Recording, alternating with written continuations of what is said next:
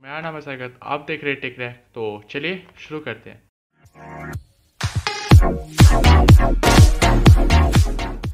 तो यार ये हम लोग का जो पाइथन क्लास चल रहा था उसका कंटिन्यूएशन चल रहा है। तो आज हम लोग क्लास 2 करेंगे। तो क्लास 2 में हम लोग आज इफ स्टेटमेंट, एल्स इफ और इफ एंड ओनली इफ देखने वाले हैं, जो हम लोग का होता है। और उसके साथ हम लोग एक डेटा टाइप देखने वाले थे जो लास्ट क्लास में बच गया था, मैं बोलना भूल गया था। तो मेरे को एक कमेंट आया था कि बुलियन डेटा टाइप के बारे में क्या करना है, तो वो भी आज मैं दिखाऊंगा। तो चलिए बिना टाइम वेस्ट किए चलते हैं अपने कंप्यूटर स्क्रीन पे। और हाँ, एक और बात, अगर आप ये पाइथन क्लास ठीक से फॉलो करना चाहते हैं तो आप एक प्लेलिस्ट है हमारे चैनल पे, उस प्लेलिस्ट को आप वहाँ से एक्सेस कर लीजिए। प्लेलिस्ट में जाके उस प्लेलिस्ट को अगर आप एक्सेस कर लेंगे तो वहाँ पर आपको पूरा कोर्स सीरियल वाइज मिल जाएगा। तो ठीक है, हम चलते हैं अपने कंप्यूटर स्क्रीन पे और देखते हैं आज हम लोग क्या सीखने वाले हैं। तो यहाँ यहाँ पर देखिए, मैं आ गया अपने कंप्यूटर स्क्रीन पे। और यहाँ पर आने के बाद देखिए, मैंने यहाँ पर विजुअल स्टूडियो कोड खोल लिया है और यहाँ पर मैंने एक नया क्लास मतलब नया पाइथन फाइल बना लिया class2.py के नाम से। और इसी फाइल में आज हम लोग अपना सारा काम करेंगे। तो सबसे पहले हम देखते हैं कि बुलियन डेटा टाइप होता क्या है। तो बुलियन डेटा टाइप समझने के लिए मैं पहले एक वेरिएबल नेम ले लेता हूँ। मैं ए ले लेता हूँ, जो एक वेरिएबल नेम है। और इसको अगर मैं वैल्यू असाइन कर दूंगा, इसको अगर मैं वैल्यू असाइन कर दूंगा ट्रू, तो देखेंगे, सॉरी, इसको अगर मैं वैल्यू असाइन कर दूंगा ट्रू, तो देखिए इसका कलर चेंज हो गया। इसका मतलब क्या है, ये एक कीवर्ड है पाइथन का जो क्या करता है कि ये डिनोट करता है कि ये जो वेरिएबल है ये बुलियन डेटा टाइप वाला वेरिएबल है। तो इसका बस दो ही वैल्यू हो सकता है, ए का वैल्यू ट्रू हो सकता है या फिर ए का वैल्यू फॉल्स हो सकता है। तो बी इक्वल टू फॉल्स मैं लिख देता हूँ, रुक जाइए, बी इक्वल टू फॉल्स। तो ये दोनों जो है, ये दोनों दो वेरिएबल्स हैं और दोनों वेरिएबल्स को हम बुलियन वेरिएबल्स या फिर बुलियन लिटरल्स कह सकते हैं। सॉरी, बुलियन लिटरल्स नहीं कह सकते, बुलियन वेरिएबल्स कह सकते हैं। तो ठीक है, बस यही था। अभी अभी मैं आपको सबसे पहले ईफ पढ़ा लेता हूँ, उसके बाद ईफ को यूज़ करके हम बुलियंस का असली यूज़ कैसे होता है वो हम समझेंगे, ठीक है। तो इफ स्टेटमेंट लिखने के लिए आपको लिखना पड़ता है इफ, और उसके बाद एक ब्रैकेट लगाना पड़ता है। ये ब्रैकेट ऑप्शनल है, वैसे अगर आप लगाना चाहते हो तो लगा सकते हैं, लेकिन मैं रेकमेंड करता हूँ ये ब्रैकेट लगाना। क्यों? क्योंकि अगर आप पाइथन से किसी दूसरे लैंग्वेज में शिफ्ट करेंगे तब आपको ब्रैकेट लगाना ज़रूरी होता है, नहीं तो इफ स्टेटमेंट काम नहीं करता। और मतलब एक अच्छा प्रैक्टिस रहेगा आपका पाइथन से ही कि आप इफ पे ब्रैकेट लगाते हैं। तो ठीक है, अभी इफ स्टेटमेंट में आप कुछ भी लिख सकते हैं जो एक कंडीशन है। फॉर एग्जांपल, आप देखना चाहते हैं, आपने एक नंबर एंटर किया, मैं यहाँ पर एक नंबर ले लेता हूँ, ठीक है। नंबर लेने के लिए मैंने आपको पहले क्लास में ही कहा था आपको इनपुट लगाना पड़ता है। तो मैं यहाँ पर एक नंबर इनपुट ले लेता हूँ। तो इनपुट, और ये जो इनपुट होगा वो बाय डिफ़ॉल्ट स्ट्रिंग में इनपुट होता है। तो इसके लिए हम लोग को बाहर एक इंट लगाना पड़ता है, लगाना पड़ता है जो इसको एक्सप्लिसिटली इंट में कन्वर्ट कर देता है। तो ठीक है, ये लगाने के बाद यहाँ पर हम इफ के अंदर लिखते हैं कि अगर ए का वैल्यू इक्वल टू 1 है। अभी देखिए, एक इक्वल टू और दो इक्वल टू के बीच में डिफरेंस क्या है कि अगर आप एक इक्वल टू लगाते हैं तो उसको असाइनमेंट ऑपरेटर कहते हैं। फॉर एग्जांपल, अगर आप ए इक्वल टू 1 लिखते हैं तो इसका मतलब आप ए का वैल्यू 1 असाइन कर रहे हैं। और अगर आप ए इक्वल टू 1 लिखते हैं तो इसका मतलब क्या है कि ए का जो वैल्यू है वो आप चेक कर रहे हैं कि 1 है कि नहीं, ये आप चेक कर रहे हैं। तो इन दोनों के बीच में यही डिफरेंस होता है, ये आपको याद रखना है। और यहाँ पर आपको एक सेमीकोलन लगा देना है। और उसके बाद जब भी आप इंटर मारेंगे तो देखिए, इंटर मारने के बाद यहाँ पर एक इंडेंट क्रिएट हो गया। ये बाय डिफ़ॉल्ट इसको बाय डिफ़ॉल्ट ये 4 स्पेसेस होता है, मतलब 4। देखिए यहाँ पर मैं अगर बैक जा रहा हूँ और 1 2 3 4 स्पेसेस में अगर दे रहा हूँ, तो 4 स्पेसेस देने से देखिए ये आ गया। तो इसको बोलते हैं एक टैब स्पेस। तो ये tab space by default 4 units पे सेट रहता है, इसको आप चेंज कर सकते हैं। तो ठीक है, अभी यहाँ पर अगर a इक्वल टू 1 होगा तब आप क्या प्रिंट करना चाहते हैं, तो मैं यहाँ पर प्रिंट कर देता हूँ, प्रिंट नंबर इज 1। बस यही मेरे को प्रिंट करना है। और मैं यहाँ पर बस हो गया। और ठीक है, अभी इसको हम लोग रन करके देखते हैं। इसको पहले हम लोग सेव कर लेते हैं, और सेव करने के बाद इसको अगर हम अभी रन करेंगे, देखिए रन करने से क्या आ रहा है, एक नंबर इनपुट करने को कह रहा है। सॉरी यार, इनपुट करने को कह रहा है। आज मेरा टंग बहुत ज़्यादा स्लिप हो रहा है। तो यहाँ पर मैं अगर 7 इनपुट करता हूँ और इंटर करता हूँ, तो देखिए इसने कुछ भी आउटपुट नहीं किया। क्यों? क्योंकि ये 7 जो है ये 1 के इक्वल नहीं है। लेकिन अगर मैं इस प्रोग्राम को फिर से चलाता हूँ, देखिए मैं इसको फिर से चला रहा हूँ, और फिर से चलाने के बाद अगर मैं यहाँ पर 1 इनपुट करता हूँ और एंटर क्लिक करता हूँ, देखिए नंबर इज़ 1 आ गया। तो अभी आप सोचेंगे कि ऐसे अगर आपको प्रिंट करना है कि 1 है या फिर 2 है, तो फिर तो बहुत ज़्यादा टाइम लग जाएगा। तो इसके लिए हम लोग एरेज यूज़ करते हैं, जो हम लोग बाद में देखेंगे। लेकिन अभी के लिए फ़िलहाल आपको यही याद रखना है कि इफ़ एक ऐसा स्टेटमेंट होता है जिसके अंदर अगर आप कुछ लिखेंगे, वो तभी एग्जीक्यूट होगा जो उसका अटैच्ड कंडीशन होगा वो अगर सेटिस्फाई हुआ तब। तो बस यही इफ़ था। और एक और चीज़ होता है इफ़ के साथ ही वो लगता है, जिसको बोलते हैं एल्स स्टेटमेंट। तो ये एल्स स्टेटमेंट क्या करता है, अभी देखिए पाइथन में सबसे इंपॉर्टेंट होता है इंडेंटेशन। बाकी लैंग्वेज में भी आपको इंडेंटेशन रखना चाहिए, वो एक अच्छा प्रोग्रामिंग प्रैक्टिस होता है। लेकिन उसमें इंडेंटेशन का कोई इंपॉर्टेंस नहीं रहता, इसमें बहुत ज़्यादा इंपॉर्टेंस है। अगर आप इफ़ के अंदर ही एल्स लिख देंगे तो वो इफ़ के अंदर एग्जीक्यूट होगा। मतलब ये जो फर्स्ट a = 1 जो है, ये अगर आपका एग्जीक्यूट नहीं हुआ तो आपका वो एल्स भी एग्जीक्यूट नहीं होगा। और अगर आपका ये एग्जीक्यूट होगा तो साथ में एल्स भी एग्जीक्यूट हो जाएगा। इसीलिए आपको ध्यान रखना है कि आपको इंडेंटेशन ठीक से मेंटेन करना होगा पाइथन में। तो मैं यहाँ पर एक एल्स लिख देता हूँ, और इसमें आपको कोई कंडीशन इनपुट करने की ज़रूरत नहीं। क्यों? क्योंकि जो इफ़ है उसका कंडीशन अगर फॉल्स हो जाता है तो बाय डिफ़ॉल्ट ये ट्रू हो जाता है। तो आपको एल्स लिखने के बाद प्रिंट, मैं लिख देता हूँ नंबर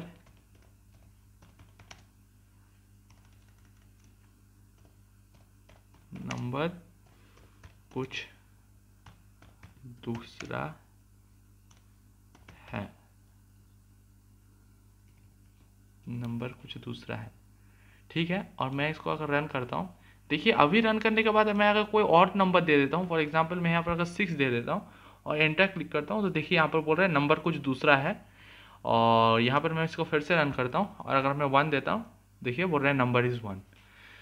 तो बस यही होता है फंडा कि अगर आपके इफ़ के अंदर जो स्टेटमेंट है वो अगर आपका ट्रू हो गया तो फिर ये आपका प्रिंट हो जाएगा, और अगर आपका इफ़ के अंदर का स्टेटमेंट फॉल्स हो गया तो ये एल्स के अंदर जो है वो प्रिंट हो जाएगा। ठीक है, तो यही था इफ़ और इफ एल्स का फंडा। अभी हम लोग समझते हैं इफ़ एंड ओनली इफ़ क्या चीज़ होता है, और इफ़ और एल्स इफ क्या होता है, और उन सब के बीच में डिफरेंसेस क्या होता है। यही सबसे ज़्यादा कन्फ्यूजिंग पार्ट होता है स्टूडेंट्स के लिए। तो आप यहाँ से ध्यान से देखिएगा वीडियो को, और थोड़ा सा भी स्किप मत कीजिएगा, नहीं तो आपको समझ नहीं आएगा। और ठीक है, तो अभी मैं इसको हटा देता हूँ, इफ़ और इसको हटा देता हूँ, बस ये इनपुट रहने देता हूँ। ठीक है, अभी मैं क्या कर रहा हूँ कि आपको मैं सबसे पहले दिखाता हूँ इफ़ और एल्स इफ क्या होता है। तो मैं यहाँ पर अगर लिखता हूँ कि इफ़ ए %2, आपको याद होगा ए %2 मतलब क्या था। ए %2 मतलब वो अगर 2 से डिवाइड हो रहा है, मतलब 2 से डिवाइड होने के बाद उसको रिमाइंडर क्या आ रहा है, वो उसका रिमाइंडर अगर 0 आता है तो इसका मतलब क्या है कि वो परफेक्टली डिविजिबल है 2 से। किसी भी नंबर को अगर आपको परफेक्टली डिविजिबल चेक करना है तो आप दीजिए कि वो नंबर दीजिए, उसके बाद आपको परसेंटेज साइन देना है और उस नंबर को देना है जिससे आपको परफेक्टली डिविजिबल है कि नहीं वो चेक करना है, और उसके बाद इक्वल टू 0 लिखना है। ये एक बहुत ही ज़्यादा कॉमन सिंटेक्स है, मतलब बहुत ही ज़्यादा। तो ये आप याद ही रख लीजिए, वही सबसे ज़्यादा आपको आसान होगा। तो मैं यहाँ पर इफ़ लिखता हूँ, और इफ़ लिखने के बाद मैं आकर यहाँ पर लिखता हूँ प्रिंट,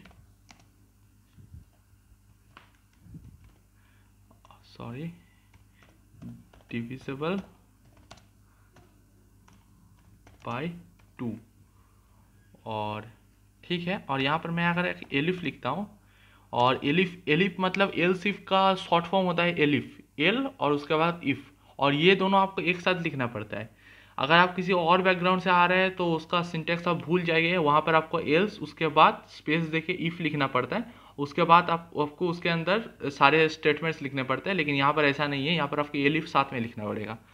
और उसके बाद मैं अगर ऐसा लिखता हूँ a%3 = 0, तो फिर आप प्रिंट कीजिए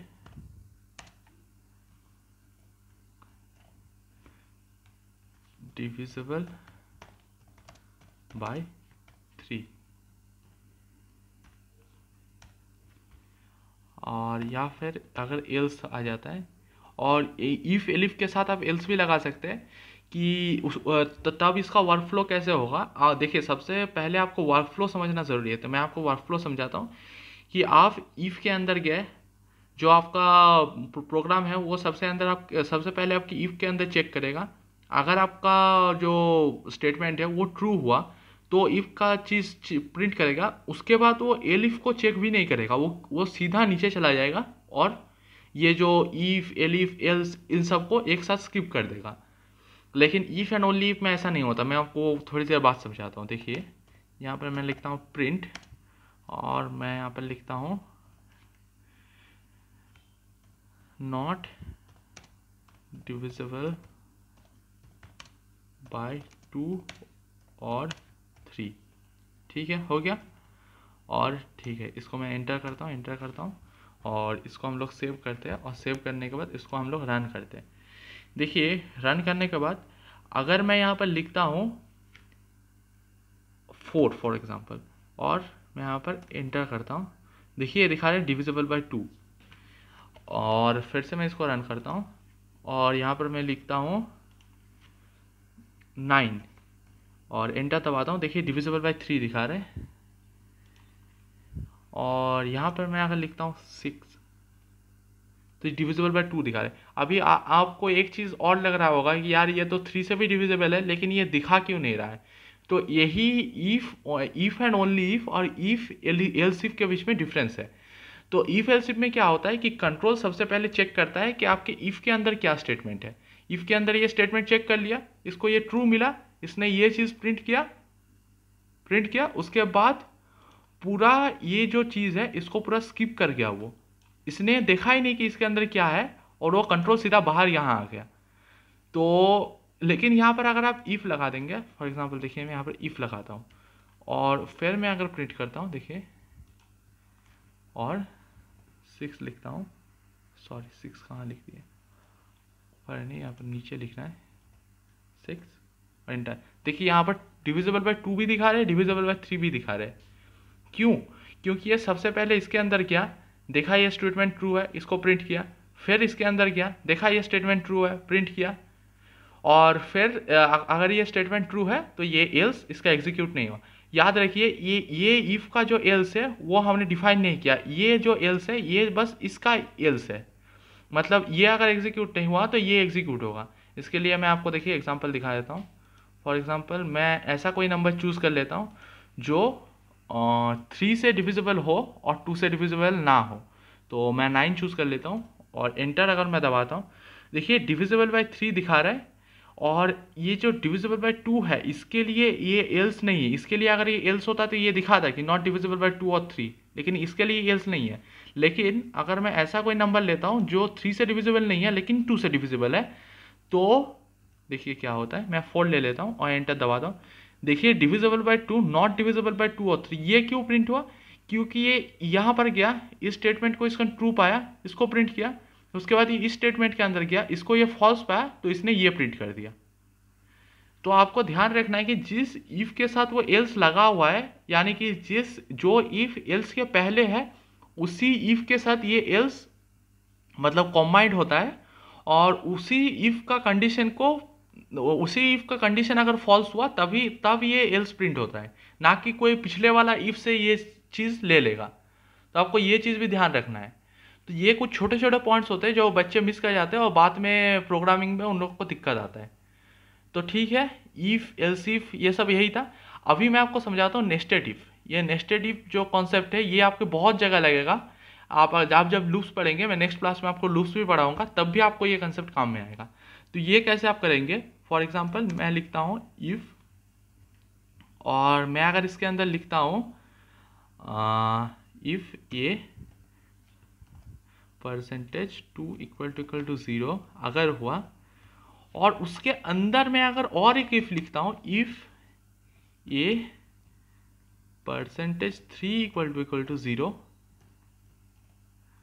और एंटर दबाता हूँ, फिर मैं लिखता हूँ प्रिंट, उसी नंबर को प्रिंट कर दीजिए बस, और कुछ नहीं चाहिए। तो यही बस प्रिंट कर देगा। तो इससे क्या होगा कि ये सबसे पहले चेक करेगा कि वो ए से डिविजिबल, मतलब 2 से डिविजिबल है कि नहीं। उसके बाद अगर उसका 2 से वो डिविजिबल हुआ, फुल्ली डिविजिबल हुआ, तभी वो 3 से चेक करेगा। मतलब अगर ये वाला स्टेटमेंट ट्रू नहीं हुआ तो भले ही वो इससे काम करे, लेकिन ये वाला ये चेक ही नहीं करेगा। क्यों? क्योंकि ये स्टेटमेंट फॉल्स हो गया तो ये सीधा यहाँ पर बाहर आ जाएगा, यहाँ से यहाँ आ जाएगा वो सीधा। इसको, इसके अंदर जो भी है वो कभी चेक नहीं करेगा। तो यही होता है नेस्टेड इफ। इसके लिए मैं आपको दो वैल्यूज देके दिखाता हूँ, तभी आपको समझ में आ जाएगा। देखिए यहाँ पर फॉर एग्जांपल मैं ऐसा कोई वैल्यू देता हूँ जो दोनों से डिविजिबल हो, 2 और 3 से। देखिए यहाँ पर 6 दिया तो 6 आ गया, क्योंकि यहाँ पर मैंने प्रिंट ए किया था, वो नंबर को प्रिंट करने बोला था, तो यहाँ पर 6 इनपुट किया था मैंने, 6 आ गया। लेकिन अगर मैं यहाँ पर एंटर करता हूँ और ऐसा कोई नंबर लेता हूँ जो 2 से डिविजिबल नहीं हो, मतलब बाहर वाले से ही डिविजिबल ना हो लेकिन अंदर वाले से डिविजिबल हो, तो वो देखिए काम नहीं करेगा। फॉर एग्जांपल मैं लेता हूँ 9, देखिए ये नीचे प्रिंट नहीं किया। तो और एक चीज़ कि अगर ये अंदर वाले से, फॉर एग्जांपल ये अंदर वाला स्टेटमेंट फॉल्स है और ये बाहर वाला स्टेटमेंट ट्रू है, फिर भी ये काम नहीं करेगा। क्यों? क्योंकि ये दोनों स्टेटमेंट से इसको पास होके जाना पड़ेगा, तभी ये स्टेटमेंट इसका एग्जीक्यूट होगा। मतलब ये भी ट्रू होना होगा, ये भी ट्रू होना होगा, उसके बाद ही ये प्रिंट होगा। फॉर एग्जांपल यहाँ पर मैं अगर ऐसा कोई ले लेता हूँ वैल्यू, जैसे 4 मैं ले लिया और मैंने अगर एंटर दबाया, देखिए 4 पे भी काम नहीं किया। तो यही होता है नेस्टेड इफ। ठीक है, तो अभी मैं आपको एक लास्ट चीज़ दिखा देता हूँ, उसके बाद आज ये ट्यूटोरियल हम लोग ख़त्म करेंगे। तो अभी हम लोग देखते हैं कि बुलियंस का बेसिकली यूज़ क्या है। तो बुलियंस यूज़ करने के लिए मैं यहाँ पर एक वेरिएबल ले लेता हूँ जिसका नाम मैं देता हूँ फ्लैग, और इसका वेरिएबल बाय डिफ़ॉल्ट मैं, इसका वेरिएबल वैल्यू मैं बाय डिफ़ॉल्ट फॉल्स सेट कर देता हूँ। ठीक है, और मैं अगर यहाँ पर एंटर दबाता हूँ, देखिए एंटर दबाने के बाद अभी इसको जो हम लिख रहे हैं इसको हम ऐसे भी लिख सकते हैं कि if flag equal to true, sorry capital letter होगा टी का, ट्रू, तो आपको प्रिंट करना है ए को। ऐसे भी हम लोग लिख सकते हैं, लेकिन ऐसा लिखना जो है ये, इसको हम लोग एक इफेक्टिव वे नहीं मानते लिखने का। इसको लिखने का इफेक्टिव वे क्या होता है कि आप यहाँ पर सीधा ऊपर आए और इसको बस हटा दे और इधर से इसको भी हटा दे। तो बस आपको यही लिखना है, इफ फ्लैग, तब ये ए प्रिंट करेगा।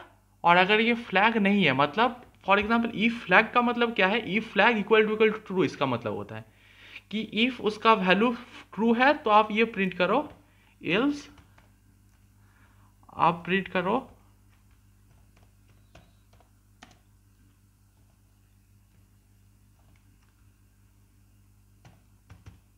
काम नहीं बना।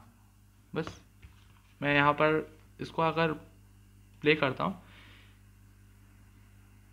यहाँ पर आपको ए का वैल्यू इनपुट करने बोलेगा, तो ए का वैल्यू मैं यहाँ पर कुछ भी इनपुट कर देता हूँ। यहाँ पर वैसे ए का वैल्यू इनपुट करने का कोई फ़ायदा नहीं है, यहाँ पर मैं जो भी वैल्यू करूँ इसका तो हमेशा काम नहीं बना ही आएगा। लेकिन फिर भी मैं इनपुट करके आपको दिखाता हूँ। क्यों? क्योंकि इसका फ्लैग का वैल्यू फॉल्स था। मैं यहाँ पर जो फ्लैग का वैल्यू है इसको इनपुट लेना मेरे को चाहिए था, लेकिन इसको अगर देखिए मैं ट्रू कर देता हूँ, इसको यहाँ से जाके मैं इसको अगर ट्रू कर दिया और या अभी मैं इसको अगर रन करता हूँ, तो मैं यहाँ पर जो भी वैल्यू एंटर करूँगा वही आपका रिटर्न आ जाएगा। देखिए 4 मैंने एंटर किया, 4 आपका रिटर्न आ गया। तो बस यही यूजेस थे इफ़ के, एल्स इफ और बाकी सारे स्टेटमेंट्स के। तो बस यही आज का वीडियो था। थैंक यू फॉर वॉचिंग, मिलते हैं नेक्स्ट वीडियो में, बाय बाय।